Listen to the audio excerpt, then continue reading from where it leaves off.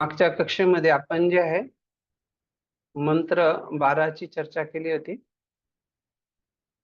आता आजच्या कक्षेमध्ये जे आहे आपण मंत्र 13ची चर्चा करणार आहोत. हरे कृष्णा. प्रभूजी, हम्म. मागच्या 13वा सॉरी, 12वा झालाय बरोबर. आज 13वा आहे. हरे कृष्ण, सॉरी. तर मंत्र 12 मध्ये जे लोक भगवंतांची योग्य तऱ्हेने सर्व कारणांचे कारण जाणून योग्य उपासना करत नाही, त्यांचं गंतव्य काय आहे त्याच्याबद्दल आपण बघितलं. तर मंत्र 13 मध्ये जे आपण अशा लोकांबद्दल चर्चा करणार आहोत, कशा प्रकारे जे लोक एक धीर व्यक्तीद्वारे मार्गदर्शित आहेत आणि जे योग्य प्रकारे उपासना करतात, त्यांचं काय गंतव्य आहे त्याची चर्चा करणार आहोत. तर भगवंत जे आहेत ते सर्व कारणांचे कारण आहे. त्यांना आपण जे आहे जाणू शकतो आणि त्यांची आराधना, त्यांची उपासना जी आहे ती आपल्याला एक प्रामाणिक आध्यात्मिक गुरुचा आश्रय घेऊन जे धीर आहेत अशा व्यक्तीच्या मार्गदर्शनाखाली आपण भक्तीचा मार्ग अवलंबला पाहिजे. दुसरा कुठल्या मार्गाचा अवलंबन करायची गरज नाही आहे.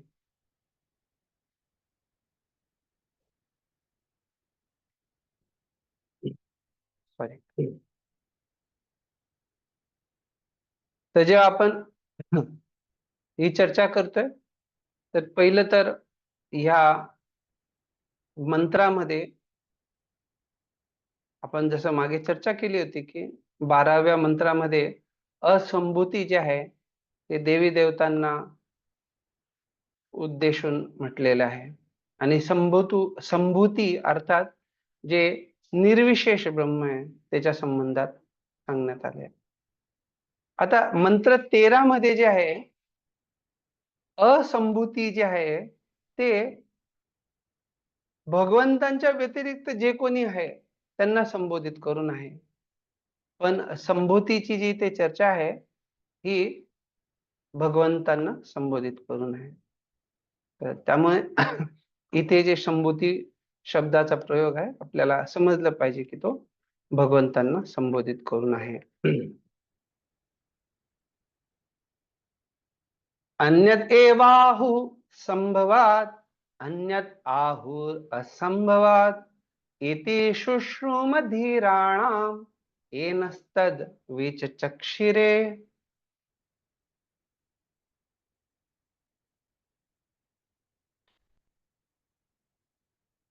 बाबू प्रभू. यस प्रभू. हरे कृष्ण. बघा तुम्ही कोण वाचणार, एक एक अनुवाद नंतर एक एक परिच्छेद वाचू शकता. यस. पहिला मी वाचू भाषांतरापासून. हा, भाषांतर वाचायचं. असे म्हटले आहे जाते की सर्व कारणाचे कारण भगवंताचे पूजन केल्याने एक प्रकारचे फळ मिळते. जर ते परम सत्य नाही, त्यांची पूजा केल्याने दुसऱ्या प्रकारचे फळ मिळते. हे सर्व त्या धीर पुरुषाकडून ऐकायला मिळते ज्यांनी त्यांचे स्पष्टपणे वर्णन केले आहे. तात्पर्य या मंत्रामध्ये तर मी इथे जे आहे कुठल्या परिच्छेदात काय दिलंय त्याच्यानंतर तात्पर्य वाचा. तर पहिला जो परिच्छेद आहे इथे कशा प्रकारे जो धीर व्यक्ती जे आहे तो ही जी धारणा आहे यतोमत ततोपत किंवा जेवढे सर्व मार्ग आहेत ते एकाच लक्ष्याकडे जातात, ही जी चुकीची धारणा आहे त्याला कसं नाश करतात किंवा त्या धारणेला कसं चुकीचं ठरवतात किंवा जी चुकीचीच आहे ऑलरेडी पण ते स्पष्टीकरण देतात. तर त्याला धीर व्यक्तीकडूनच आपण ते समजू शकतो. अन्यथा सामान्य जनता आहे ती मोहित होऊन जाते अशा चुकीच्या धारणांमुळे. त्याची आपण चर्चा करूया. पुढे 2 ते 4 जे परिच्छेद आहे त्याच्यामध्ये धीर व्यक्ती जे आहे ते शास्त्रांचं ज्ञान प्रदान करतात आणि स्पष्टीकरण देतात कशा प्रकारे वेगवेगळे मार्ग जे आहेत त्याच्याने वेगवेगळं गंतव्य स्थान प्राप्त होतं. त्याच्यानंतर पुढचे जे 4 परिच्छेद आहे त्याच्यात कशा प्रकारे भगवंतांना, भगवान श्रीकृष्णांना एक संभवाच्या रूपात स्वीकार करायचं ते दिलेलं आहे. 9व्या परिच्छेदामध्ये अर्जुन जे आहेत ते तयार होतात आणि भगवंतांच्या प्रसन्नतेसाठी जे त्यांचे तथाकथित संबंधी आहेत त्यांनाही ते मारायला तयार होतात. पुढच्या 3 परिच्छेदामध्ये प्रभुपादजी स्पष्टीकरण देतात कशा प्रकारे काही लोक ही धारणा घेऊन असतात की नाही, ही जी लोक आहेत तेच माझे भगवान आहेत किंवा मीच भगवान आहे. तर त्या धारणेचं स्पष्टीकरण दिलेलं आहे. आणि शेवटचे जे 13 ते 16 परिच्छेद मध्ये जे आहे कशा प्रकारे धीर व्यक्तीकडून ऐकल्याने सगळी लोक परिपूर्णतेला प्राप्त करू शकतात. अर्थात सगळ्यांसाठी हे महत्वाचं आहे की धीर व्यक्तीकडून श्रवण केलं पाहिजे. ठीक आहे, वाचा पुढे. हरे कृष्ण. या मंत्रामध्ये धीर पुरुषाकडून श्रवण करण्याची पद्धत मान्य करण्यात आली आहे. प्राकृत जगातील परिवर्तनामुळे विचलित न होणाऱ्या प्रामाणिक आचार्याकडून श्रवण केल्याशिवाय दिव्य ज्ञानाची गुरुकुली लाभणे शक्य नाही. आपल्या धीर आचार्याकडून श्रुती मंत्र किंवा वैदिक ज्ञान श्रवण करणारे प्रामाणिक आध्यात्मिक गुरु वैदिक शास्त्रात उल्लेख न केल्याने काहीही प्रस्तुत करीत नाहीत. भगवद्गीतेत 9.25 स्पष्ट सांगितले आहे की पितरांची पूजा करणारे पितृलोकात जातात. या जगात राहण्याची योजना आखणारे जडवादी लोक इथेच राहतात आणि सर्वांचे परम कारण श्रीकृष्णाव्यतिरिक्त इतर कोणाचीही पूजा न करणारे त्यांचे अनन्य भक्त भगवत धामात त्यांची प्राप्ती करतात. येथे श्री ईशोपनिषदातही अशी स्फुटी केली आहे की विभिन्न प्रकारची पूजा केल्यावर विभिन्न प्रकारचे फळ प्राप्त होत असते. भगवंताच्या पूजनाने आपण निश्चित भगवत धामात त्यांची प्राप्ती करू. चंद्रलोक किंवा सूर्यलोकासारख्या देवतांची पूजा केली तर निश्चितपणे त्यांच्या ग्रहाची प्राप्ती करू. आणि जर योजना आयोग काम चलाऊ राजकीय तडजोडीचे ओझे वाहून या अभद्र ग्रहावरच आपल्याला राहावयाचे असेल तर निश्चितच आपण तसे करू शकतो. हरे कृष्ण. तर इथे आपण बघतो प्रभुपादजीने सुरुवातीपासूनच श्रवणाबद्दल सांगण्यात आलेलं आहे आणि ते श्रवण कसं करायचं तर एका धीर पुरुषाकडनं. तर धीर व्यक्ती कोण आहे तर ते समजून सांगतायत की प्राकृत जगातील परिवर्तनांमुळे विचलित न होणाऱ्या. तर हे आपल्याला कसं समजतं की याला धीर म्हटलेलं आहे.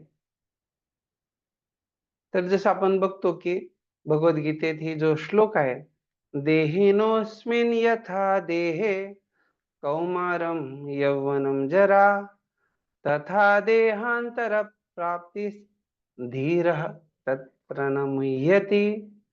तर धीर व्यक्ती जो आहे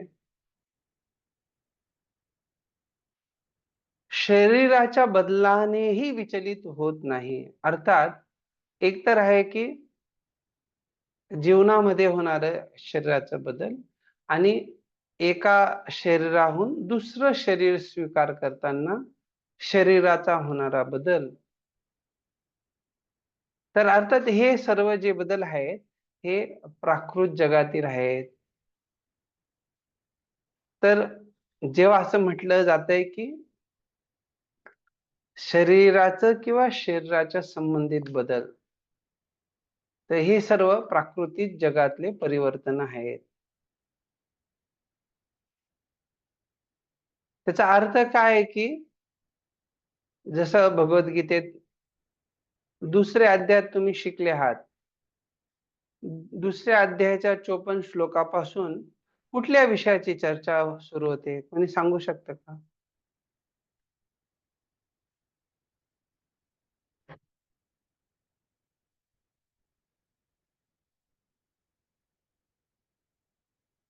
तर तिथे जे आहे स्थितप्रज्ञ व्यक्तीची चर्चा आहे. स्थितप्रज्ञस्य का भाषा समाधिस्तस्य केशव स्थितधीः किं प्रभाषेत किम आसीत ब्रजेत किम.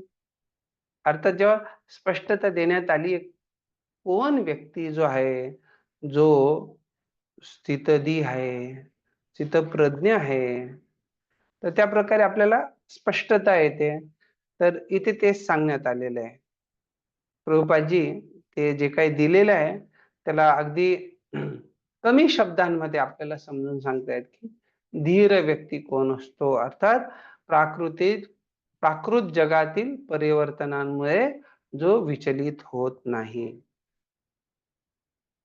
तर असा जो प्रामाणिक आचार्यांकडून श्रवण करतो त्याला खरा लाभ प्राप्त होतो. पण जो करणार नाही तर त्याला जे आहे दिव्य ज्ञानाची गुरु किल्ली लाभणे शक्य नाही.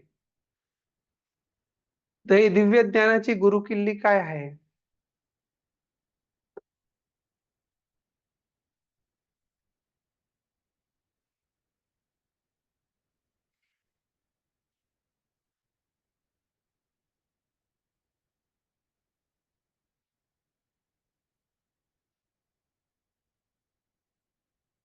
कोणाला इच्छा आहे सांगण्याची?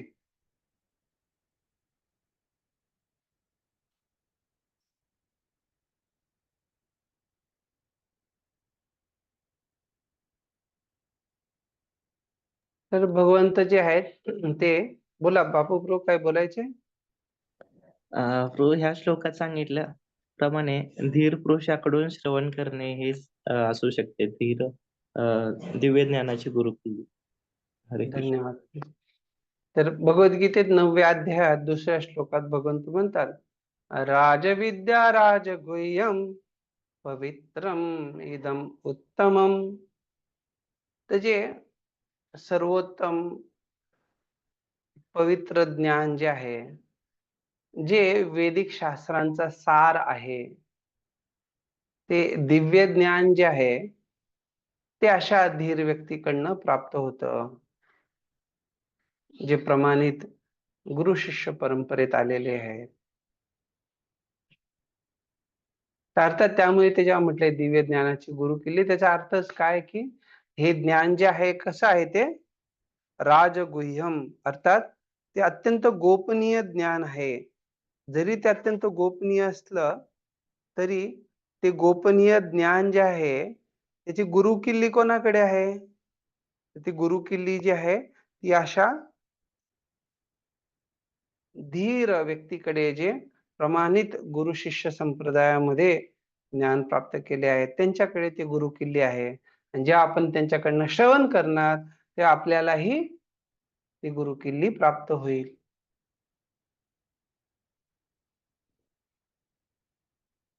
तर अर्थात प्रभुपादजी सांगतायत की ते यथारूप संदेश देतात. त्याच्यात कुठल्याही प्रकारे मिसळ भेसळ किंवा काही मिळवलं जात नाही. त्यामुळे ते भगवद्गीतेच्या 9व्या अध्यायाचा 25वा श्लोक सांगतायत यान्ति देवव्रतान् देवान् पितॄन् यान्ति पितृव्रतः भूतानि यान्ति भूतेज्या यान्ति मद्याजिनोऽपि माम्.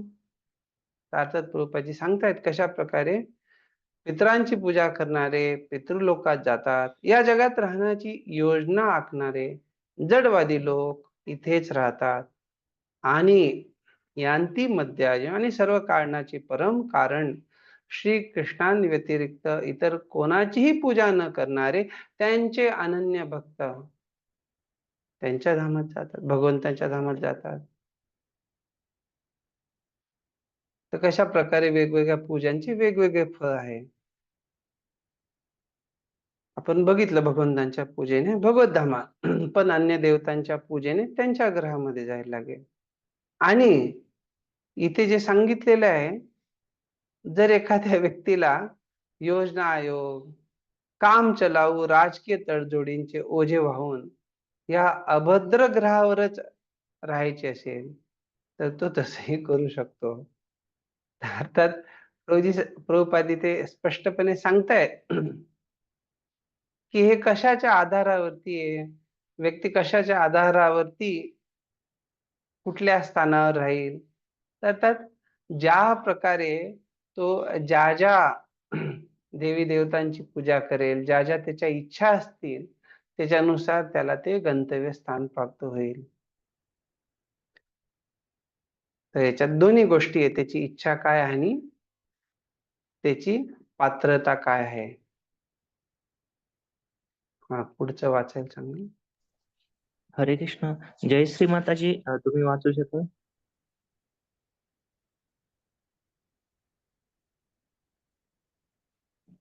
जय श्री जाधव माताजी.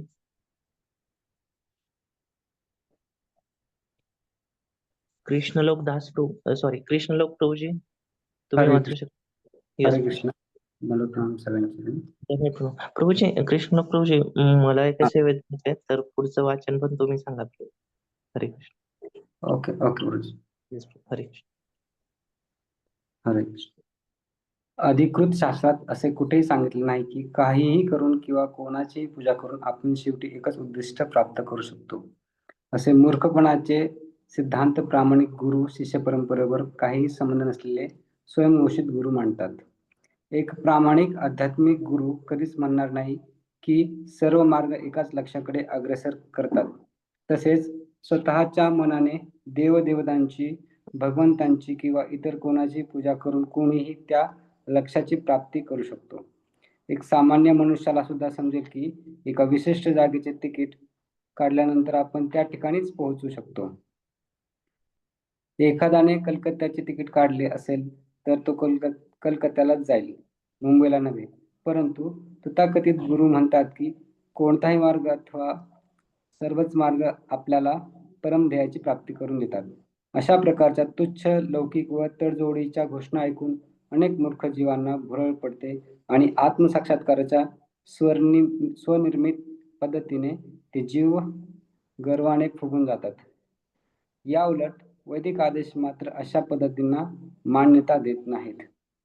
तेव्हा जोपर्यंत एखाद्याला अधिकृत गुरुशिष्य परंपरेतील एका प्रामाणिक आध्यात्मिक गुरुकडून ज्ञान मिळत नाही, तोपर्यंत त्याला खरे ज्ञान प्राप्त होत नाही. भगवद्गीतेत 4.2 मध्ये भगवान श्रीकृष्ण अर्जुनाला सांगतात, एवं परंपरा प्राप्तम राजर्षो विदुः सकाले नेह महता योगो नष्ट परंतपः. याप्रमाणे परमश्रेष्ठ विद्वान गुरुशिष्य परंपरेद्वारे प्राप्त करण्यात आले आणि राजर्षींनी ते त्याच पद्धतीने जाणून घेतले. पण काळाच्या ओघामध्ये परंपरा खंडित झाली आणि म्हणून हे विद्वान आपल्या यथार्थ रूपात लुप्त झाल्यासारखे दिसते. हरे कृष्ण. तर आपण बघू शकतो, प्रभुपादजी एकदा त्यांना एक व्यक्ती भेटायला आले आणि त्यांनी विचारलं की स्वामीजी, मी असं भगवद्गीतेमध्ये ऐकलंय की सर्व मार्ग जे आहेत ते एकाच लक्ष्याकडे जातात. तर प्रभुपादजींनी त्यांना खूप सुंदर उत्तर दिला. प्रभुपादजी म्हणाले, जर असं खरं असलं असतं तर भगवान श्रीकृष्णांना भगवद्गीता बोलायची गरजच नव्हती. तर तुमच्यापैकी कोणी सांगू शकतं का प्रभुपादजी असं का बोलले?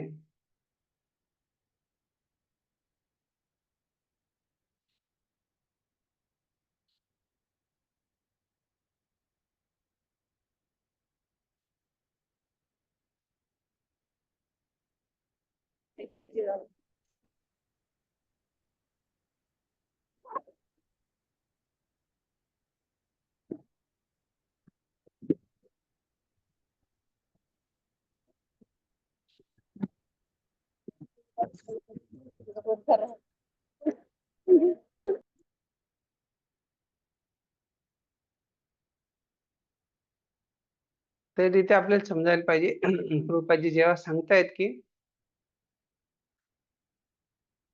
भगवद्गीता बोलायची गरज नव्हती, जर असं असेल तर त्याचा अर्थ काय की निश्चित रूपाने जो व्यक्ती ज्या प्रकारच्या मार्गाचा अवलंबन करेल त्याच्यानुसार त्याला गंतव्यस्थान प्राप्त होणार. तर त्यामुळे जर कोणी असं चुकीचा प्रचार प्रसार करत असेल ते भगवद्गीतेच्या जे शिकवण आहे त्याच्या विरोधी आहे ते. तर जेव्हा स्वातंत्र्याची वेळ होती तर लोकांना एकत्र करायचं होतं, त्यामुळे अशा काही प्रकारच्या धारणा लोकांनी पसरवल्या.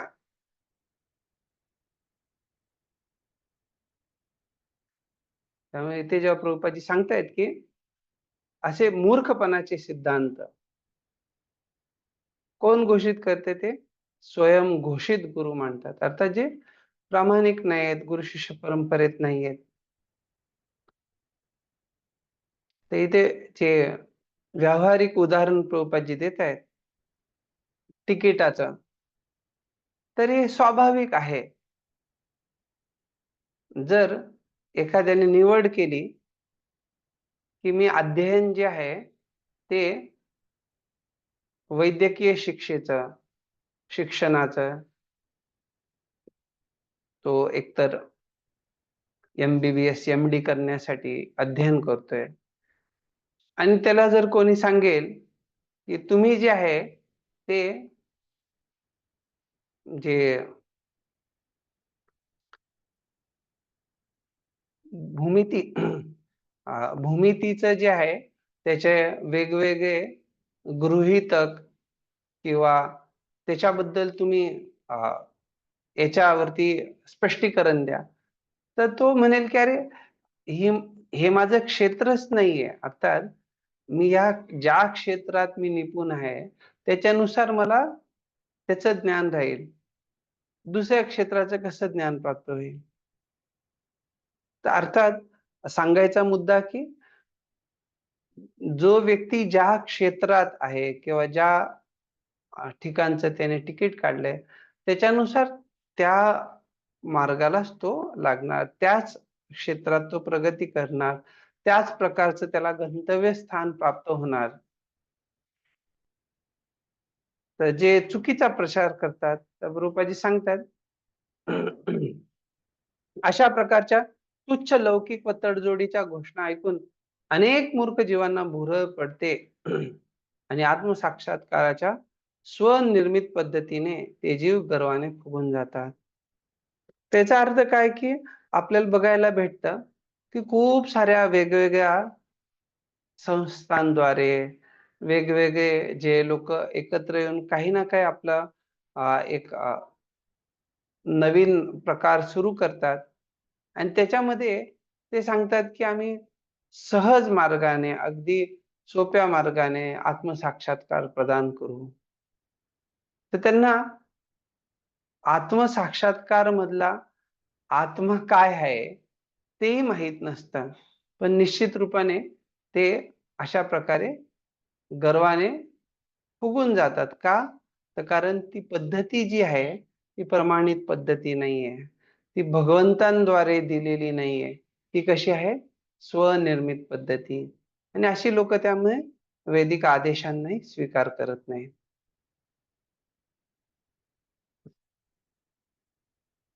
तर जोपर्यंत व्यक्ती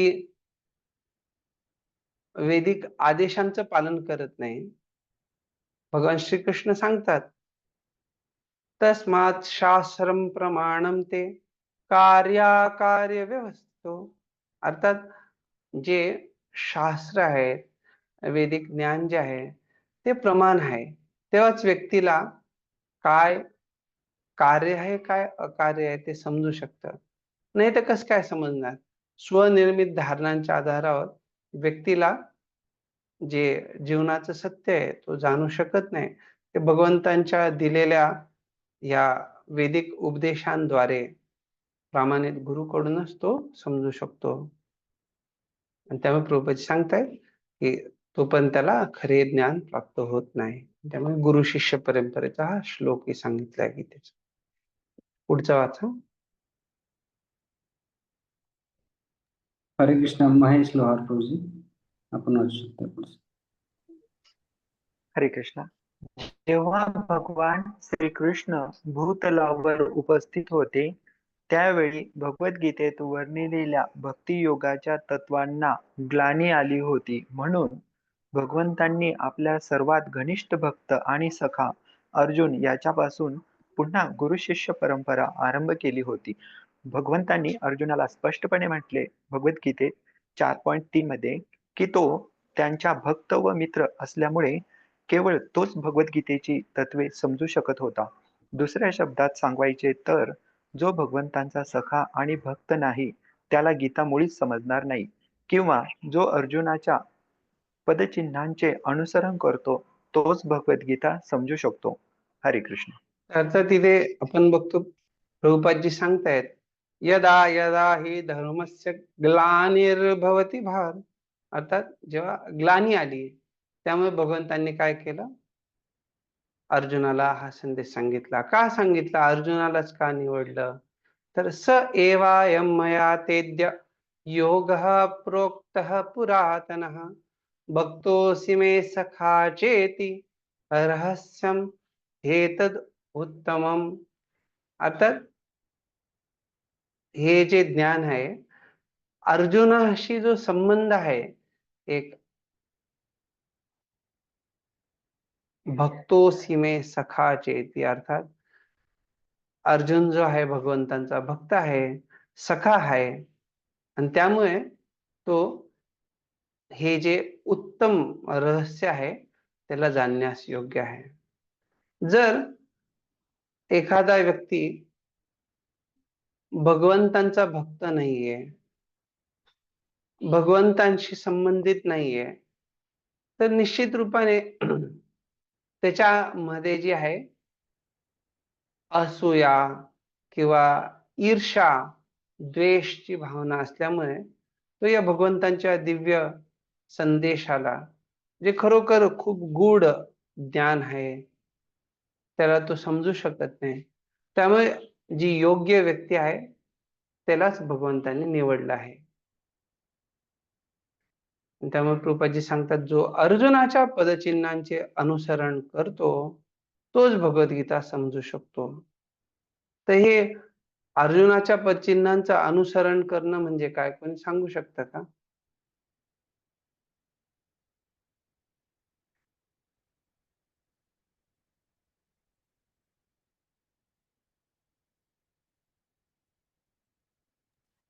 हरे कृष्ण. जिज्ञासा वृत्ती ठेवणे प्रभूजी.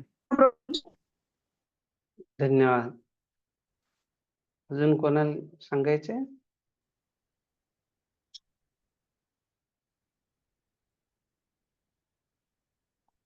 हरे कृष्ण प्रभूजी. आवाज येतो माझा? हा बोला ना, आवाज येतो. हा, तर या ठिकाणी अर्जुनाचं वैशिष्ट्य हे होतं की तो भगवंताला पूर्णपणे शरण गेलेला होता आणि भगवंताची जी काही इच्छा होती, भगवंताने जे काही त्याला तत्वज्ञान सांगितलेलं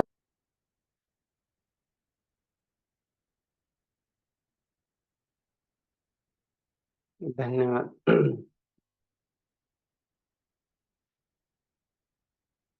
होतं. तर आपण बघू हरे कृष्ण.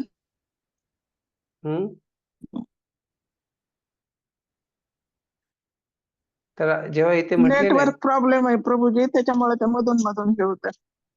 जसे ते सांगितलंय की त्याची जिज्ञासा होती, तर आपण बघतो तद्विद्ये प्रणिपातेन परिप्रश्नेन सेवया.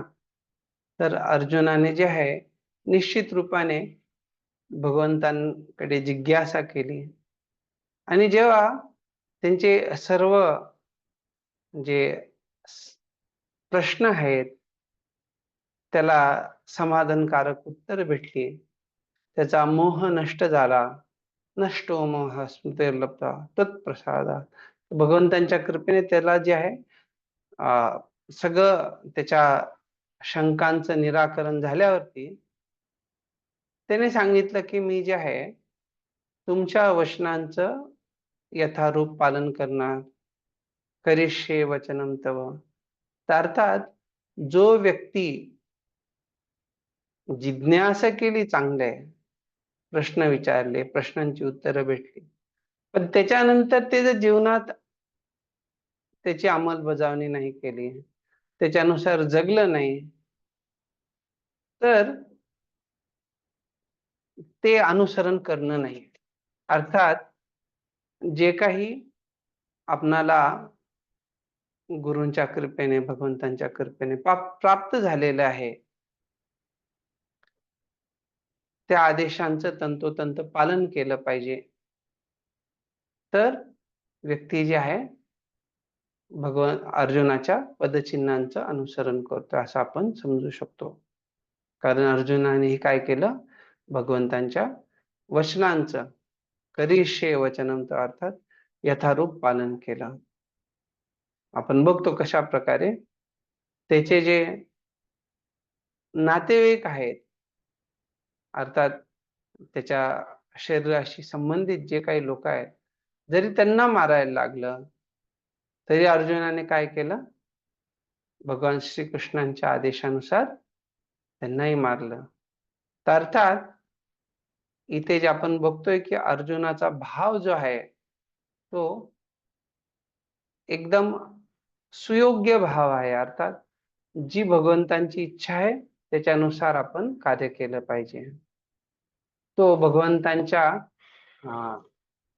जे काही त्याला प्रश्न आहे त्या प्रश्नांचं समाधान भेटल्यावरती पुढे काय असं भगवंतांमध्ये काही दोष बघत नाहीये, किंवा भगवंतांना जे त्यांनी उपदेश दिले त्याच्यामध्ये अर्ध्या हृदयाने की ठीक आहे हे सांगतायत तर मी एवढं करतो पण पूर्ण करणार नाही, किंवा एक बाण मारेल पण जीव जाईल असा बाण नाही मान, अशा प्रकारे तो कार्य करत नाही. अर्थात पूर्ण हृदयाने तो भगवंतांच्या आदेशाचं पालन करतोय. पुढचा परिच्छेद. नित्य कीर्तन प्रभू. हरे कृष्ण. हरे कृष्ण भाऊ. आपण वाचू शकता प्रभू. हा प्रश्न. सध्या या उदांत संवादाचे अनेक भाष्यकार आणि अनुवादक आहेत. हे भाष्यकार भगवान श्रीकृष्ण किंवा त्यांची अर्जुनाला दिलेल्या आदेशाबद्दल काहीही जाणत नाहीत. असे भाष्यकार भगवद्गीतेतील श्लोकाचे मनाप्रमाणे अर्थ लावतात आणि तिच्या नावाखाली अनेक तुच्छ सिद्धांत मांडतात. या भाष्यकारांच्या श्रीकृष्ण आणि त्यांचे शाश्वत धाम यापैकी कशावरही विश्वास नसतो. तेव्हा भगवद्गीतेचे स्पष्टीकरण हे कसे काय करू शकतात? हरे कृष्ण. अर्थात प्रभुपादजी इथे सुंदर सांगतायत की हा जरी संवाद जो आहे अर्जुनाचा भगवान श्रीकृष्णांचा खूप उदात्त असला तरी त्याच्यावरती भाष्य करणारे टीकाकार भाष्यकार अनेक आहेत, त्याचा अनुवाद करणारे अनेक आहेत. तर प्रभुपादजींच्या 700हून अधिक भगवद्गीतेवरती टीका लिहिलेल्या होत्या. 700हून अधिक भाष्यकारांनी आपलं भाष्य दिलं होतं. तर प्रभुपादजींना विचारण्यात आलं की अजून एक भाष्याची काय गरज होती? तर ती जी भाष्य आहे ती प्रमाणित नसल्यामुळे. तर काय समस्या होती? तर प्रभुपादजी सांगतात ते आपल्या मनाप्रमाणे श्लोकांचे अर्थ लावायचे आणि त्याच्या नावाखाली ते अनेक तुच्छ सिद्धांत मांडत असत. त्यामुळे प्रभुपादजींनी भगवद्गीता यथारूप भगवद्गीता जशी आहे तशी प्रस्तुत केली. आणि त्याचं कारणही सांगतायत की अशी लोक असे तुच्छ सिद्धांत का मांडतात? कारण त्यांना आध्यात्मिक जगताची काही माहितीच नसते. त्यांना भगवान श्रीकृष्ण कोण आहेत, भगवंतांचं धाम असतं का नाही, या गोष्टीही त्यांना त्यांचा विश्वास नसतो.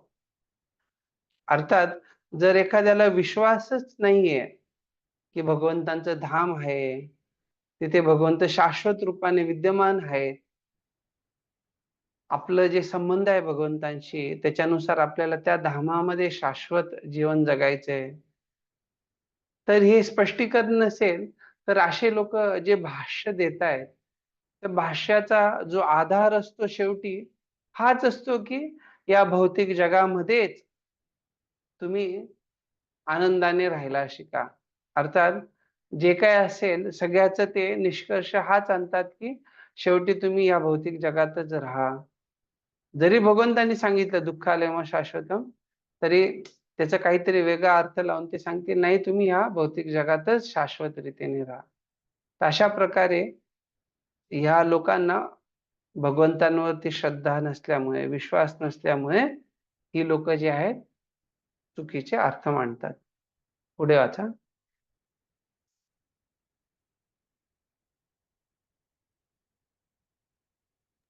रश्मी माताजी, रश्मी तिडे माताजी. हरे कृष्ण.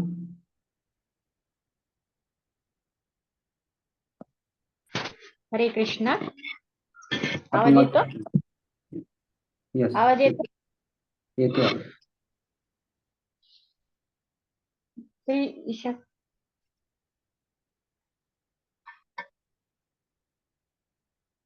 हरे कृष्ण. आवाज येतो? आवाज हो येतो? माताजी. येतोय माताजी, बोला. हा. गमावलेले लोक शूद्र. 2 मिनिटं.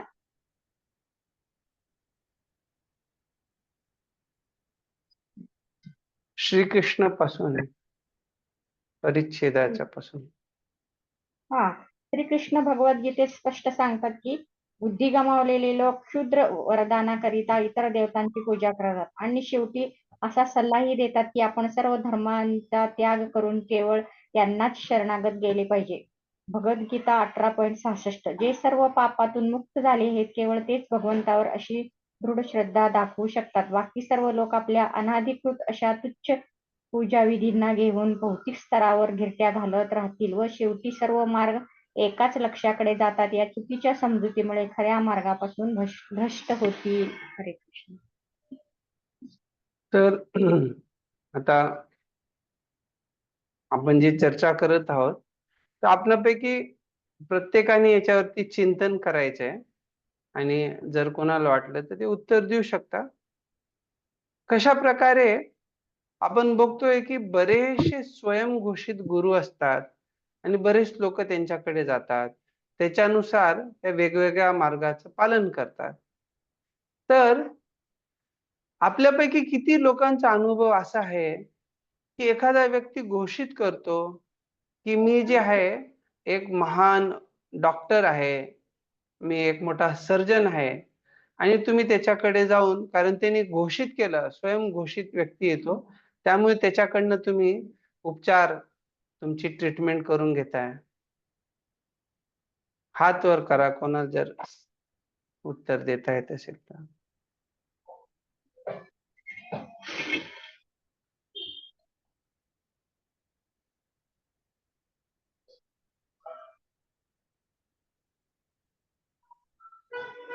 जर तुम्ही स्वयंघोषित डॉक्टर जे आहे त्याच्याकडे जात नाही तर स्वयंघोषित गुरूंकडे का जातात? माताजी बोलल्या दुसरं कोणीतरी बोला आता.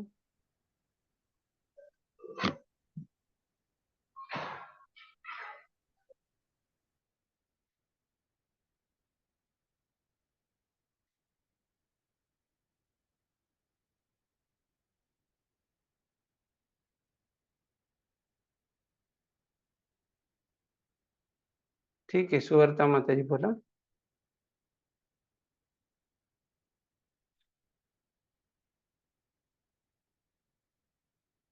कृष्णलोक प्रभू बोला. ज्या प्रकारे जो डॉक्टर असतो तो जे मेडिकल डिग्री घेऊन शिक्षण घेऊन चांगल्या प्रकारे तो पुढे ट्रीटमेंट करत असतो. त्याच प्रकारे जे गुरु असतात परंपरेतून आलेले ते पण जे आपल्या गुरुजनांनी सांगितले त्यांच्या गुरुजनांनी सांगितले असं करत करत थेट भगवंताकडे त्यांची परंपरा जाते. तर अशा गुरुकडनं आपण ज्ञान ग्रहण करतो. अशा म्हणजे आपण स्वयंघोषित गुरुकडे जात नाही. तर गेलं तर तोटा हाच होतो की आपल्याला जे ज्ञान भेटायला पाहिजे ते भेटत नाही, जे स्वयंघोषित गुरु असतात त्यांच्याकडून. धन्यवाद. तर प्रश्न हा होता की कशा प्रकारे लोक स्वयंघोषित डॉक्टरकडे जात नाही पण स्वयंघोषित गुरूंकडे जातात. तर आपल्याला हे समजलं पाहिजे याचं महत्वाचं कारण काय आहे. कारण लोक जे आहेत हे आध्यात्मिक ज्ञान, आध्यात्मिक धारणा, आध्यात्मिक गुरु या गोष्टीला लोक तेवढंस महत्व देत नाही. त्यांना ते अगदी स्वस्त गोष्टी वाटतात. अर्थात त्या काही एवढ्या कामाच्या वाटत नाही. ज्या प्रकारे आमच्याकडे एक पाळतू कुत्रा आहे तसा आमचा एक गुरुही आहे, अशी धारणा असल्यामुळे ही लोक जे आहेत, जरी ते स्वयंघोषित डॉक्टरकडे नाही गेले तरी स्वयंघोषित गुरुकडे जातात. स्वयंघोषित डॉक्टर जो आहे तो त्यांच्या प्रिय शरीराला वेगवेगळ्या प्रकारे समस्या उद्भव करू शकतो. पण स्वयंघोषित गुरु जो आहे, हे स्वयंघोषित गुरु ते बऱ्याचदा शरीराच्या स्तरावरच मदत करतात. अर्थात ते सांगतात तुम्हाला सिगारेट फुकायची, फुका. अर्थात वेगवेगळ्या प्रकारे ते त्या लोकांच्या मनमोजी कार्यक्रमाला ते संमती देतात. त्यामुळे जे शरीराची किंवा त्यांच्या कलुषित मनाच्या ज्या धारणा आहेत त्यांना कुठल्याही प्रकारे ठेच पोचत नाही. पण जेव्हा त्यांना माहिती आहे की जर स्वयंघोषित डॉक्टरकडे गेलं तर तो आमचा एखादा अवयव काढून विकूही शकतो किंवा काही करू शकतो तो. अर्थात ते तोडायच्या नावाखाली किंवा एखादी गोष्ट ठीक करायच्या नावाखाली तो ती तोडू शकतो किंवा एखाद्याचा जीवही घेऊ शकतो. काही होऊ शकतं. तर आता त्यामुळे लोक त्या बाबतीत सावधान राहतात. पण जेव्हा जो आध्यात्मिक प्रामाणिक आध्यात्मिक गुरु त्यांना एक जन्म मृत्यूच्या चक्रातून अर्थात जे शरीराचं बंधन आहे, ज्याच्यामध्ये वेगवेगळ्या प्रकारचे त्रास आहे, त्या सगळ्या त्रासातून त्यांना मुक्त करणार आहे, ही त्यांना जाणीव नसल्यामुळे ते फक्त देहाभिमानी स्वतःला शरीर समजत असल्यामुळे ते प्रामाणिक आध्यात्मिक गुरुकडे न जाता एक स्वयंघोषित आध्यात्मिक गुरुकडे जातात.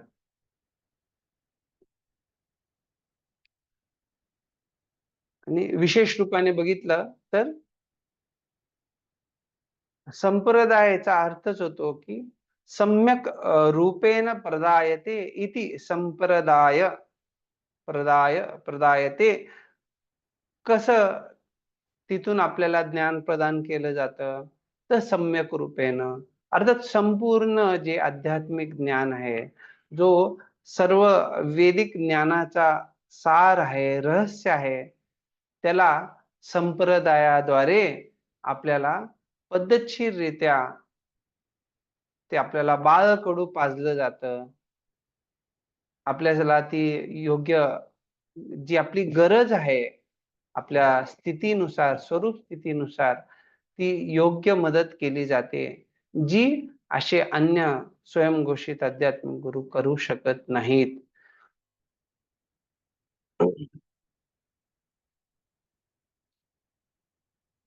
तर बऱ्याचदा हे बघितलं जातं की आजकाल पाश्चात्य देशामध्ये लोक योगासन किंवा ह्या गोष्टींचेही ते पेटंट कॉपीराइट बनवत आहेत. तर हे बघितलं तर वेदिक ज्ञान हे पुरातन ज्ञान आहे. आयुर्वेदाचं ज्ञान असेल, पतंजलीचं असेल, युनानी, होमिओपॅथी, अन्य जे आहे हे सर्व जे आहे पुरातन ज्ञान आहे.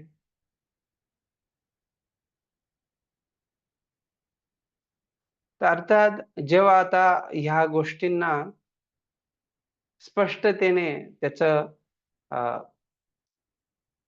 लिखित स्वरूपात ठेवून सांगण्यात येते की अरे तुम्ही जे काही पेटंट बनवतायत वगैरे, तर ह्या गोष्टींवर पेटंट नका बनवू.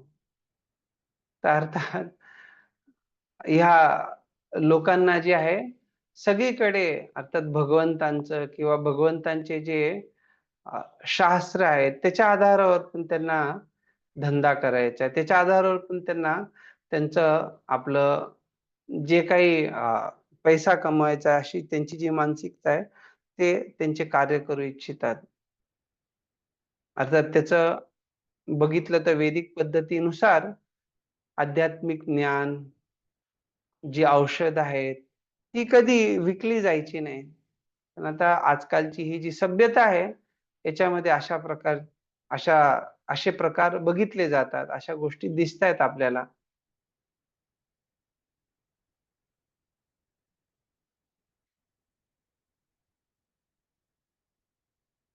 त्यामुळे प्रभुपादजी इथे हे जे 2 श्लोक सांगितले आहेत, एक तर जो श्लोक आहे कशा प्रकारे कामस्तैस्तैर्तज्ञान, ज्या लोकांची वेगवेगळ्या कामनांमुळे बुद्धी हरली गेली आहे, अशी लोक भगवंतांना सोडून अन्य देवी देवतांचा त्यांना शरणागत होतात. पण भगवंत सांगतात की आपण जे सर्व धर्मान् परित्यज्य मामेकं शरणं व्रज, बाकी अन्य सर्व धर्मांचा त्याग करून केवळ भगवंतांनाच शरण गेलं पाहिजे.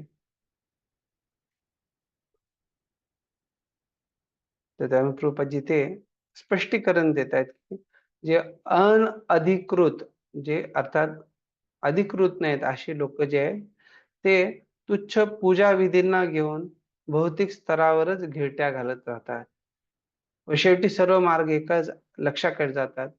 या चुकीच्या समजुतीमुळे खऱ्या मार्गापासून भ्रष्ट होतील. तर अर्थात जेव्हा व्यक्ती अशा अनधिकृत लोकांच्या संगतीत त्यांच्या द्वारे जरी असं वाटलं की आम्ही पूजा विधी करतोय, आम्ही हा विधी केला, ती पूजा केली, पण बघितलं तर त्याचं लक्ष जे आहे त्याच्यामुळे जो खरा लाभ प्राप्त व्हायला पाहिजे तो न होता व्यक्तीला जे आहे ते भौतिक स्तरावरच ठेवलं जातं.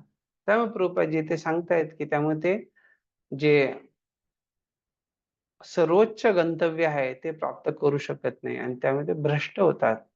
कारण त्यांची धारणाच चुकीची आहे. तर चुकीच्या धारणेमुळे चुकीच्या गोष्टींचं पालन केलं जातं आणि जे पालन केलं त्याच्यानुसार त्याचा परिणाम प्राप्त होतो. पुढे वाचा. हरे कृष्ण. रोहिणी सुतार माताजी. रोहिणी सुतार माताजी. हरे कृष्ण.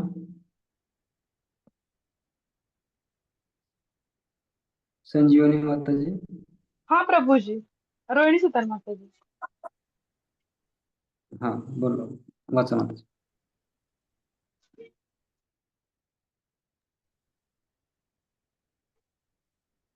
हाँ.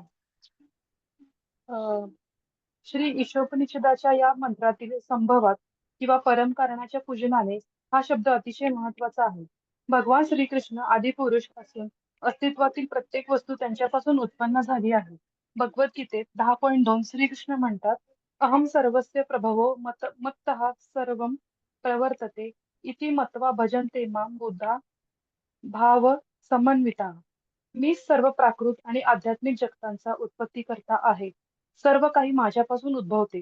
जे बुद्धिमान हे पूर्णपणे जाणतात ते माझ्या भक्तीमध्ये संलग्न होतात आणि अंतःकरणपूर्वक मला भजतात. या ठिकाणी तर इथे जे भगवंतांनी आहे स्वतः आपण बघतो या परिच्छेदामध्ये स्पष्टीकरण दिले कशा प्रकारे संभवात शब्दाचा अर्थ काय आहे. अर्थात परम कारणाच्या पूजनाने हे प्रभुपादजी सांगतायत. आणि कशा प्रकारे भगवंत जे आहेत सर्व वस्तूंचे स्रोत आहे. त्यासाठी हे दशम स्कंदचा गीतेच्या त्यातलं 2ऱ्या श्लोकाचं उद्धरण केलेलं आहे. तर आपण बघतो जेव्हा प्रभुपादजी इथे सांगतायत परंपरेबद्दल आणि ही परंपरेची जी चर्चा येते, तर असं वाटू शकतं आपल्याला, अरे हे तर काय आहे की एकदा सांगितलं झालं की ठीक आहे, परंपरा असली पाहिजे.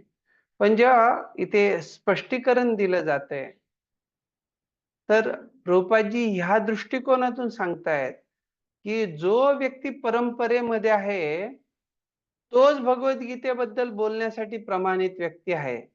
अर्थात असं नाही की कोणी टॉम, डिक अँड हॅरी कोणी आला आणि भगवद्गीतेवर बोलतोय, तर ते प्रमाणित नाही ते. काही लोक असे असतात जे म्हणतात की भगवद्गीतेतलं आम्हाला जे आवडेल तेवढं आम्ही स्वीकार करू. तर जर कोणी असा व्यक्ती असेल जो म्हणेल की आम्हाला जे आवडेल, तर त्याचा अर्थ झाला की तुम्ही भगवद्गीतेच्या नावाखाली तुमचा आपला काहीतरी नवीन व्यापार, उद्योग, धंदा सुरू कराल. ते योग्य नाहीये. भगवद्गीतेची समग्र जी शिक्षा आहे, ती कुठल्या दृष्टिकोनातून कशी सांगण्यात आली आहे, त्याचं लक्ष्य काय आहे, श पूर्ण भगवद्गीता झाल्यावर त्याचा परिणाम काय झाला? तर जोपर्यंत व्यक्तीला समग्र भगवद्गीतेची स्पष्टता नाहीये, तो फक्त सांगेल की आम्हाला जे आवडेल ते आम्ही घेऊ. ते योग्य नाहीये.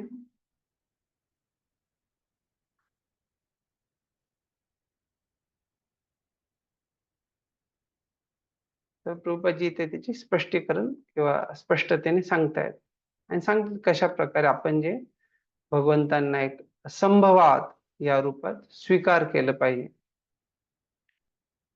पुढे वाचा.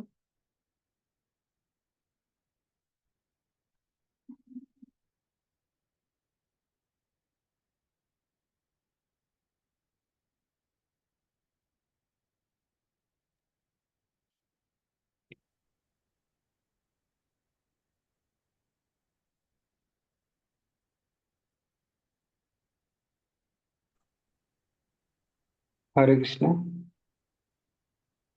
हा प्रभूजी. सखी पृष्ठ माताजी.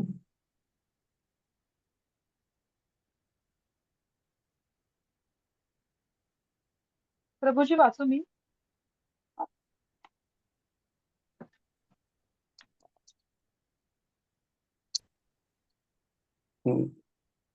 प्रभूजी मी वाचू का? सखी पृष्ठ माताजी.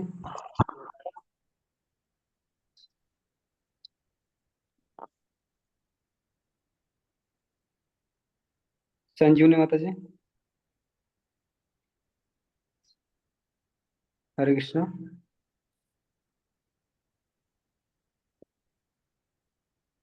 प्रभूजी मी वाचू का?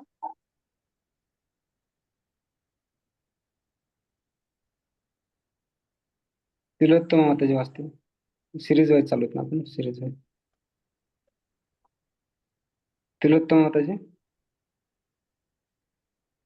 हरे कृष्ण. या हरे ठिकाणी हरे. भगवंताने स्वतःविषयी वर्णन केले आहे. सर्वस्य प्रभव हे शब्द असे सूचित करतात की ब्रह्मा, विष्णू आणि शिवांसहित सर्वांची उत्पत्ती श्रीकृष्णांपासून होते. प्राकृत जगातील वरील 3 प्रमुख देवतांची उत्पत्ती भगवंतांपासूनच होत असल्यामुळे भौतिक आणि आध्यात्मिक जगातील प्रत्येक वस्तू भगवंतांपासून निर्मित होते असे समजले पाहिजे. अथर्व वेदात गोपाल तापनी उपनिषदामध्ये असं सांगितले आहे की ब्रह्मदेवाच्या आधी अस्तित्वात असणारे व ब्रह्मदेवांना वैदिक ज्ञान प्रदान करणारे तेच भगवान श्रीकृष्ण. त्याचप्रमाणे नारायण उपनिषदात असे म्हटले आहे की त्यानंतर भगवान नारायणांना जीव उत्पन्न करावयाची इच्छा झाली. अशा रीतीने नारायणांपासून ब्रह्मदेव प्रकटले. प्रजापतींची उत्पत्ती त्यांनी केली. इंद्राला निर्माण त्यांनीच केले. तसेच अष्टवसू, 11 रुद्र आणि 12 आदित्यांनाही त्यांनीच निर्माण केले आहे. असे नारायण हे श्रीकृष्णांचे पूर्णांश असल्यामुळे नारायण आणि श्रीकृष्ण एकच आहेत. नारायण उपनिषदात पुढे असे म्हटले आहे की देवकी पुत्र श्रीकृष्ण पूर्ण पुरुषोत्तम आहेत. श्रीपाद शंकराचार्य हे वैष्णव किंवा साकारवादी संप्रदायाचे नसून सुद्धा भगवान नारायण हेच परम कारण आहेत या गोष्टीचा स्वीकार करतात. अथर्व वेदात असे म्हटले आहे की ज्यावेळी ब्रह्मा, शिव, अग्नी, जल, तारा, सूर्य किंवा चंद्र यांपैकी कोणीच अस्तित्वात नव्हते, त्यावेळी केवळ नारायण अस्तित्वात होते. भगवंत कधीही एकटे राहत नाहीत, तर आपल्या इच्छेप्रमाणे सृष्टी निर्माण करतात. स्वतः भगवान श्रीकृष्णांनी मोक्ष धर्म या शास्त्रात म्हटले आहे की मी प्रजापती आणि रुद्रांना निर्माण केले आहे. माझ्या माया शक्तीने मोहित झाल्यामुळे त्यांना माझ्याविषयी पूर्ण ज्ञान नसते. वराह पुराणातही म्हटले आहे की नारायण हेच पूर्ण पुरुषोत्तम भगवान आहेत आणि त्यांच्यापासून चतुर्मुख ब्रह्मा आणि भविष्यात सर्वज्ञ असलेल्या रुद्रांची उत्पत्ती झाली. हरे कृष्ण. धन्यवाद. तर हे जे आहे प्रभुपादजी जेव्हा सांगतायत अथर्ववेद गोपाल तपनी उपनिषद मध्ये, तर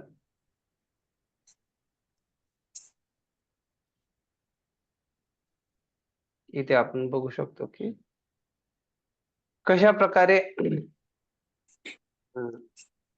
श्लोकानुसार यो ब्रह्मांडं विदधाति पूर्वं यो वै वेदांश्च गापयति स्म कृष्णः. अर्थात सुरुवातीला जे आहे ब्रह्माजींना भगवंतांनी हे ज्ञान प्रदान केलं.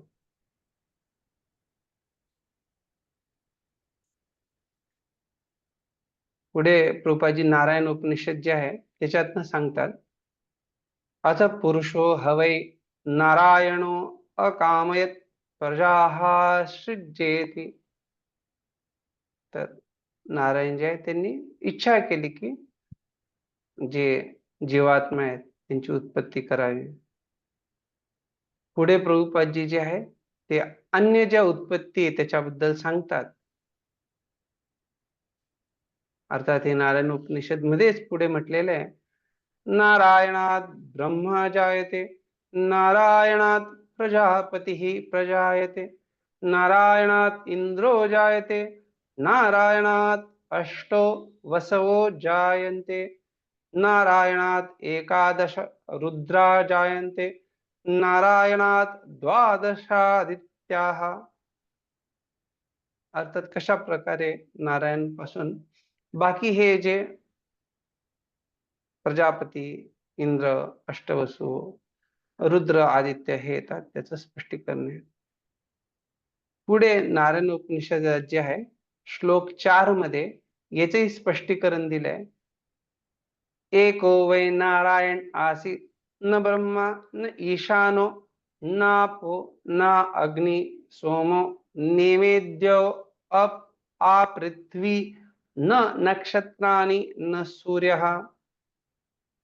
अर्थात कशा प्रकारे सुरुवातीला फक्त जे आहे नारायणच होते आणि जे इथे म्हटले ब्रह्मण्यो देवकी पुत्र एव, तर असे म्हटलेले कशा प्रकारे देवकी पुत्र श्रीकृष्ण जे आहेत ते पूर्ण पुरुषोत्तम आहेत. श्रीपाद शंकराचार्य सांगतात, नारायणो परो अव्यक्तात्. हे आपण बघितलं महाउपनिषदात जे पुढे दिले. त्याच प्रकारे मोक्ष धर्मामध्ये ज्या प्रकारे सांगण्यात आलेलं आहे की कशा प्रकारे प्रजापतिं च रुद्रं चापि अहम एव सृजामि वै तौ हि मां न विजानीतो मम माया विमोहितो. अर्थात ही जे लोक आहेत ते भगवंताच्या माया शक्तीने मोहित झाल्यामुळे ते भगवंतांविषयी पूर्ण त्यांना ज्ञान नसतं. त्याच प्रकारे वराह पुराणामध्ये जे ते म्हटलेलं आहे, नारायणः परो देवः तस्मात् जातश्चतुर्मुखः तस्मात् रुद्रो अभवत् देवः स च सर्वज्ञातं गतः. तर तिथून प्रभुपादजी सांगताय कशा प्रकारे नारायण हेच पूर्ण पुरुषोत्तम भगवान आहेत आणि त्यांच्यापासून चतुर्मुख ब्रह्मा आणि भविष्यात सर्वज्ञ झालेल्या रुद्रांची उत्पत्ती झाली. तर या परिच्छेदामध्ये काय सांगण्यात आले कोणी सांगू शकतं का? संक्षिप्त मध्ये काय दिलेलं ह्या परिच्छेदामध्ये?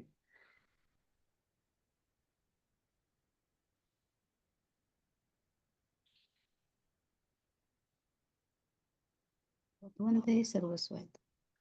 आता आपण काही काळापूर्वी बघितलं कशा प्रकारे इथे याच्या पहिल्याच्या परिच्छेदात दिले संभवात, अर्थात भगवंत कशा प्रकारे परम कारण आहेत आणि त्यांची पूजा केली पाहिजे, त्यांची का केली पाहिजे, ते कशा प्रकारे परम कारण आहेत.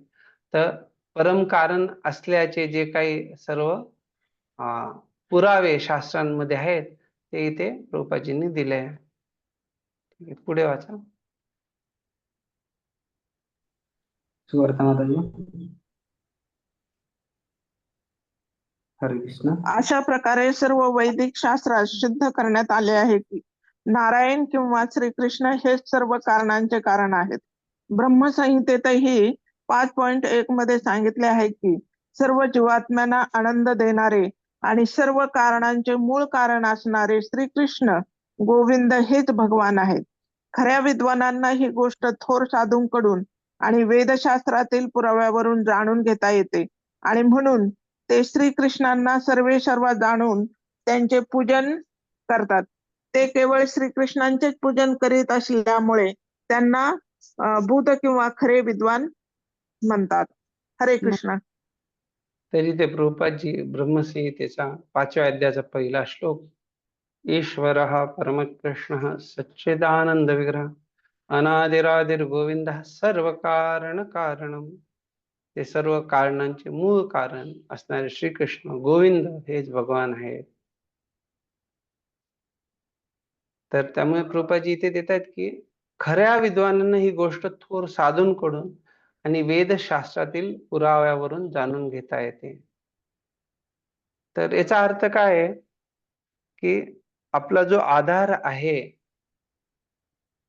तो गुरु साधू शास्त्र या आधारावरती जे आहे आपण समजू शकतो भगवंत कोण आहे. बाकी अन्य जे आहे स्वनिर्मित मार्गाने आपण नाही जाणू शकत.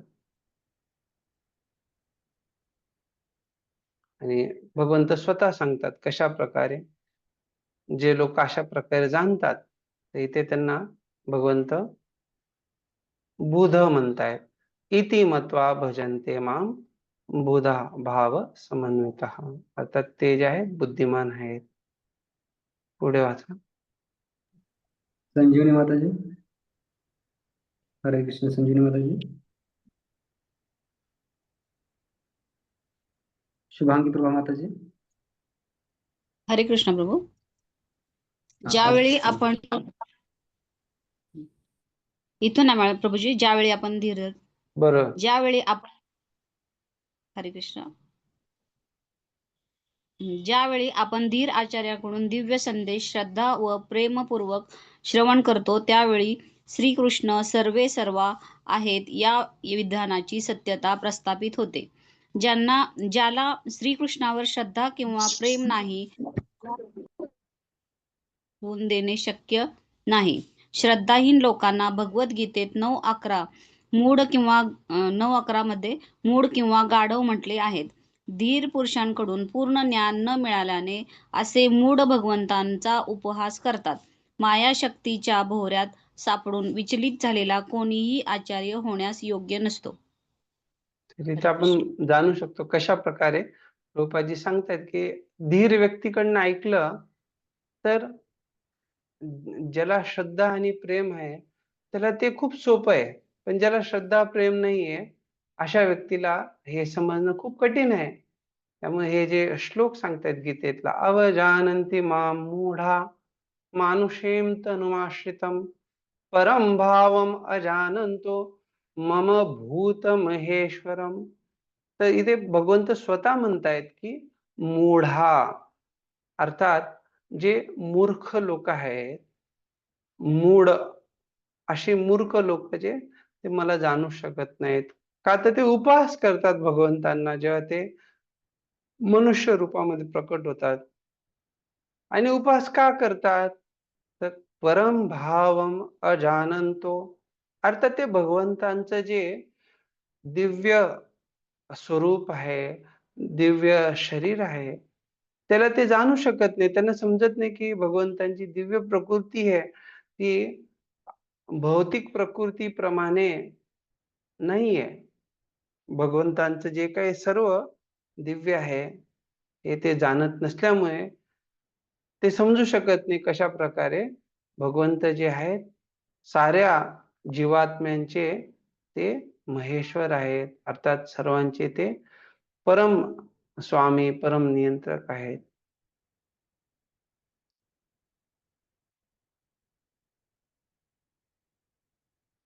आणि जेव्हा म्हटले की माया शक्तीच्या भोवऱ्यात सापडून विचलित झालेला कोणीही आचार्य होण्यास योग्य नसतो.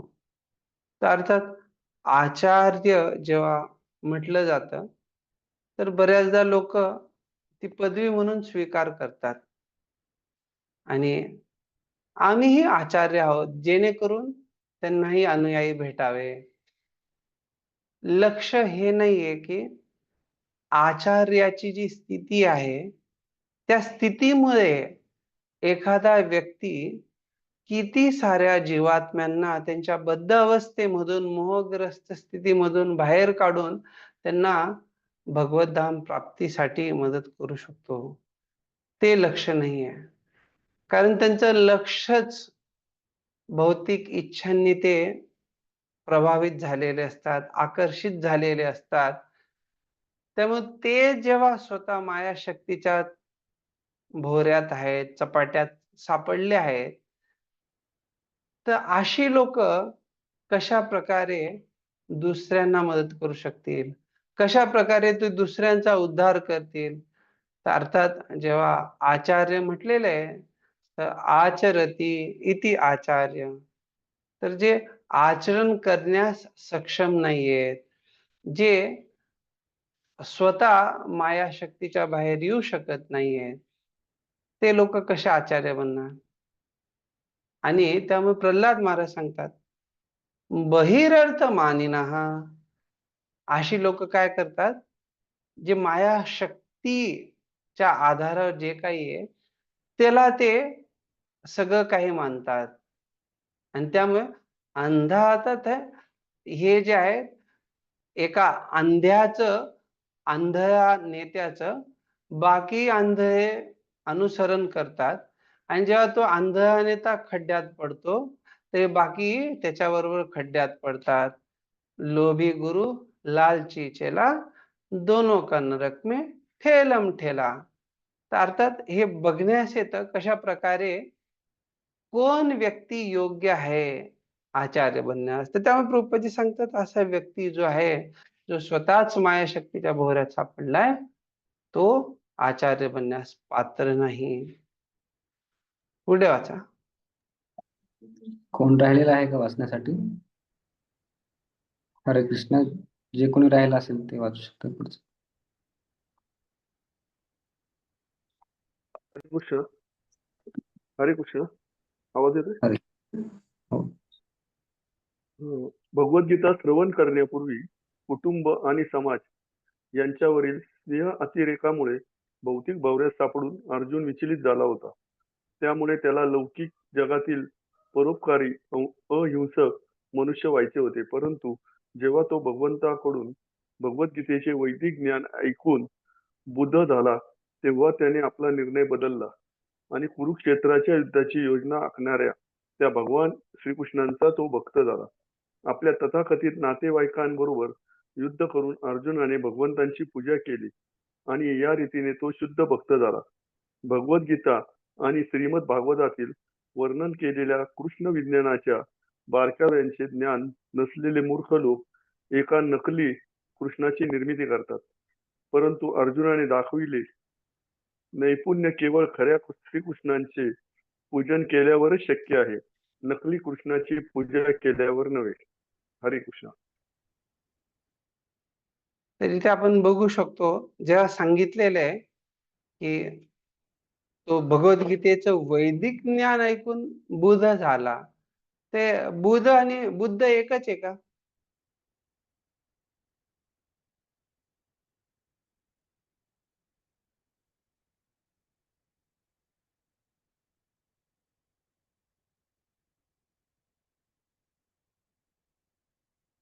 हरे कृष्ण. प्रश्न समजला नाही.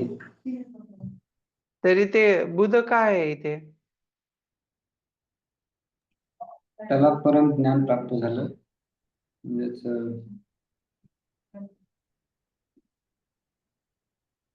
तर अर्थात जेव्हा बुद्ध म्हटलेलं जातं की त्यांनी बोध प्राप्त केला, तर निश्चित रूपाने ते जेव्हा बुद्ध त्याच्याबद्दल चर्चा होते, तर ते बौद्ध तत्वज्ञानाला घेऊन विचारधारा होते. त्यामुळे इथे आपण हे जे इथे बुध शब्द आहे, अर्थात तो विद्वान बनला, त्याला बोध प्राप्त झाला. पण हा जो बोध आहे, हा भगवद्गीतेच्या तत्वज्ञानाच्या अनुसार, शून्यवादाच्या तत्वज्ञानानुसार नाहीये. आणि इथे त्यामुळे प्रभुपादजी सांगतायत कशा प्रकारे तो भक्त झाला. अर्थात हे महत्वाचं आहे. नाहीतर बोध प्राप्त झाल्यावरती जर तो शून्यवादी झाला, तर ती समस्या आहे. तर तिथे प्रभुपादजी सांगतात कशा प्रकारे त्याने पालन केलं भगवंतांच्या इच्छेनुसार. आपल्या तथाकथित नातेवाईकांबरोबरही त्यांनी युद्ध केलं. आता इथे जे स्पष्टता दिलेली आहे की कशा प्रकारे लोक एका नकली कृष्णाची निर्मिती करतात, तर इथे हे नकली कृष्ण काय आहे आणि खरे कृष्ण काय आहे, तुमच्यापैकी कोणी सांगू शकतं का?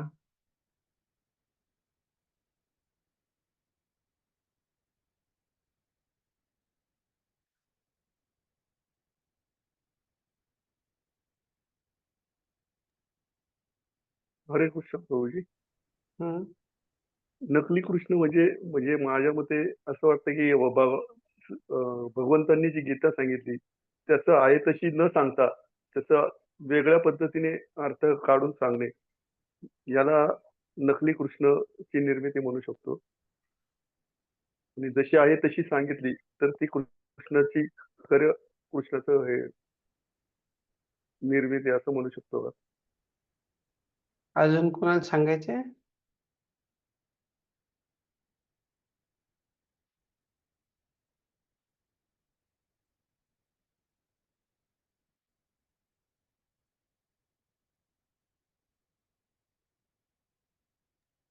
हरे कृष्ण प्रभूजी. पौंड्रक हे नकली कृष्णासारखं त्याने सांगत होतं की मी भगवंत आहे म्हणून. काय काय? पौंड्रक हम्म हा पौंड्रक कसं नाटक करत होते की मीच भगवंत, मलाच शरण जावा. भगवंताची त्याने स्पर्धा करत होते. हा, तो स्वतःहून घोषित करत होता. स्वयंघोषित. हा, स्वयंघोषित.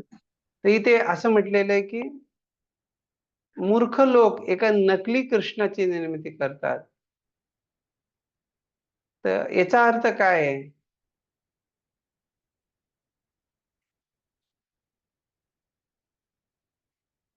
तर एकदा प्रभुपादजी पाश्चात्य देशात प्रचार करत असताना एक जे व्यक्ती आहेत ते त्यांचा प्रचार प्रसार करत होते आणि त्यावेळेस त्यांचे शिष्य जे आहेत त्यांना भगवान म्हणून घोषित करायचे. तर प्रभुपादजींनी त्या व्यक्तींना सांगितलं, तू असा चुकीचा प्रचार का करतोस आणि तू भगवान आहेस का? तर तेव्हा त्यांनी सांगितलं, मी भगवान नाहीये, पण माझे सारे अनुयायी जे आहेत ते मला भगवान म्हणून घोषित करतात. तर प्रभुपादजी म्हटले, तू त्यांना सुधारलं पाहिजे, त्यांच्या चुकीच्या धारणेला खंडन केलं पाहिजे. तर त्या व्यक्तीला ते पटत नव्हतं. अर्थात काय आहे की मूर्ख लोक जे आहे असा नकली कृष्णाची निर्मिती करतात. अर्थात ते एखाद्या व्यक्तीला ज्याच्याकडे जो प्रभावशाली आहे, ज्याच्याकडे काही विशेष ऐश्वर्य आहे, ज्याच्याकडे कुठल्या प्रकारचं मिस्टिक पॉवर्स, अर्थात जे आपण म्हणतो की ज्याला अष्टसिद्धी किंवा कुठल्याही प्रकारची सिद्धी आहे, तर अशा एखाद्या व्यक्तीला ते लोक कृष्ण म्हणून घोषित करतात.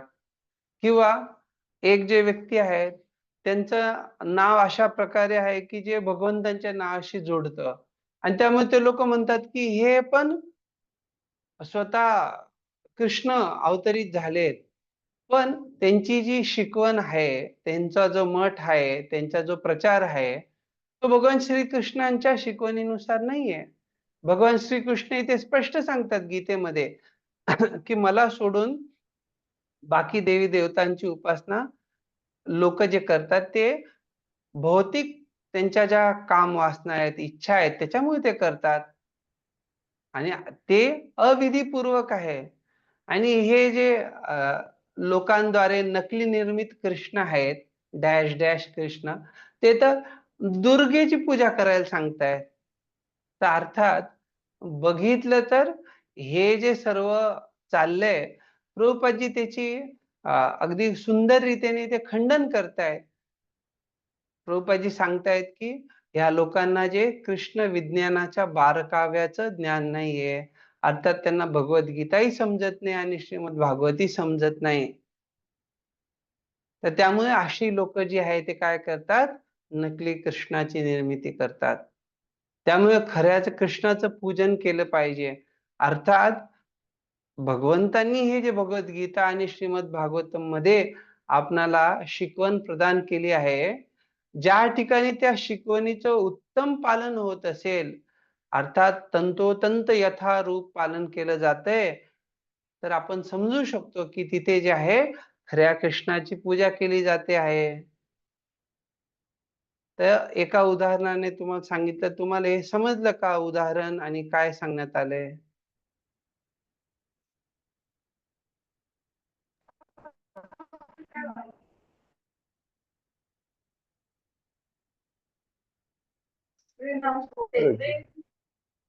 हो प्रभूजी, समजलं.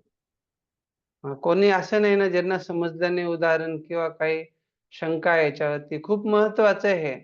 कारण समाजामध्ये अशी लोक जे आहेत, जे कुठली समाजसेवा अर्पण करतात, पण त्यांच्या संस्थेला धार्मिक संस्था, आध्यात्मिक संस्था म्हटली जाते. तर लोक अशा मठांमध्ये भरभरून जातात. का? तर त्यांना वाटतं की हे पण धार्मिक आहे, हेही आध्यात्मिक आहे. पण त्यांना समजत नाही की यांची जी शिकवण आहे, जरी नैतिक स्तरावरती चांगली असली, तरी आध्यात्मिक दृष्टिकोनातून जी आहे, ती पोकळ आहे. तर हे खूप गरजेचं आहे समजणं. नाहीतर अशा लोकांची जेव्हा निंदा केली जाते किंवा त्यांचं जे त्यांना एक्सपोज केलं, त्यांना उघडं पाडलं जातं त्यांच्या चुकीच्या तत्वज्ञानाला, तर त्यावेळेस ती लोक जी आहेत लगेच समाजाच्या मदतीने, कारण ते समाजसेवेमध्ये असतात, तर बाकी अन्य जे मूर्ख लोक आहेत, सामान्य लोक, ते समजू शकत नाही की तत्वज्ञानामध्ये गीतेच्या तत्वज्ञानात काय अंतर आहे आणि या मठामध्ये जे तत्वज्ञान शिकवलं जाते त्याच्यात काय अंतर आहे. आणि त्याच्यामुळे ते काय होतात, चुकीच्या मार्गाला लागतात आणि त्याच्यामुळे ते स्वीकार करतात की जे काही केलं सगळं काय आहे, शेवटी जाऊन केशवम प्रति गच्छती. अर्थात सगळं जे आपण काही केलं, दारू प्या किंवा काही करा, शेवटी आपण जे आहे भगवंतांकडेच पोहोचणार आहोत. तर त्यामुळे प्रभुपादजी सांगतात की अशा चुकीच्या धारणा पसरवणारी जी लोक आहेत, नकली कृष्णाची पूजा करणारे, त्यांच्यापासून आपल्याला सावधान राहायला पाहिजे आणि आपणही खऱ्या कृष्णाची पूजा केली पाहिजे. ठीक आहे, पुढे वाचा. हरे कृष्ण. कोण राहील का नवीन जॉईन झालं नसेल?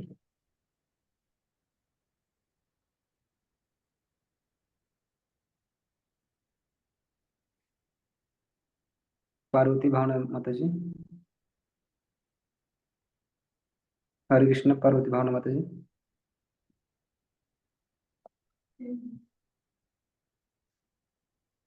संजीवनी माताजी. शुभांगी माताजी.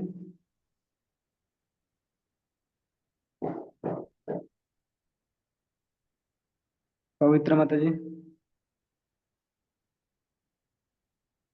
हरे कृष्ण.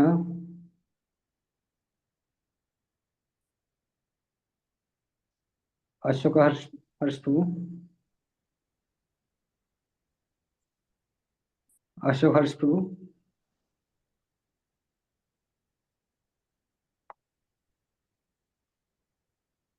जय श्री माता जी. हरे कृष्णा. हाँ माता जी वाचू शकता.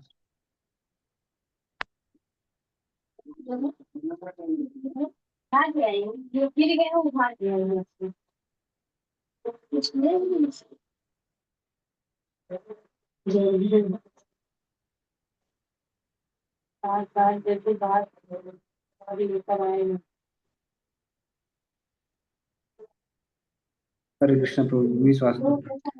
वेदांत सूत्राप्रमाणे उत्पत्ती आणि स्थान म्हणजे संभव, तसेच प्रलयानंतर जे काही उरते ते देखील संभूतच असते. जन्मदस्य यतः. श्रीमद भागवत हे वेदांत सूत्रावर त्याच लेखकाने व्यासदेव लिहिलेले स्वाभाविक भाष्य आहे. त्यात म्हटले आहे की सर्व संपत्तीचे उत्पत्तीचे उगमस्थान दगडाप्रमाणे निर्जीव नसून अभिज्ञ किंवा पूर्ण चेतनामय आहे. आदिपुरुष भगवान श्रीकृष्ण सुद्धा भगवद्गीतेत 6.26 मध्ये सांगतात की बाबूजी त्यांना आज भूत, वर्तमान 7.6. आणि भविष्य संपूर्ण 7.26 तत्वाध्याय 26व्या श्लोकामध्ये सांगतात की त्यांना भूत, वर्तमान आणि भविष्य संपूर्णपणे ज्ञात आहे आणि शिव, ब्रह्मादी देवांसहित कोणीही त्यांना पूर्णपणे जाणत नाही. भौतिक अस्तित्वाच्या लाटांचे तडाखे जाऊन त्रस्त झालेले अर्धशिक्षित आध्यात्मिक नेते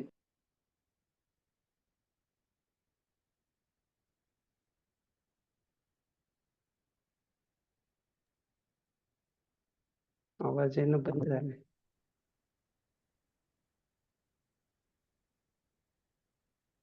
तुमचा म्यूट झालाय.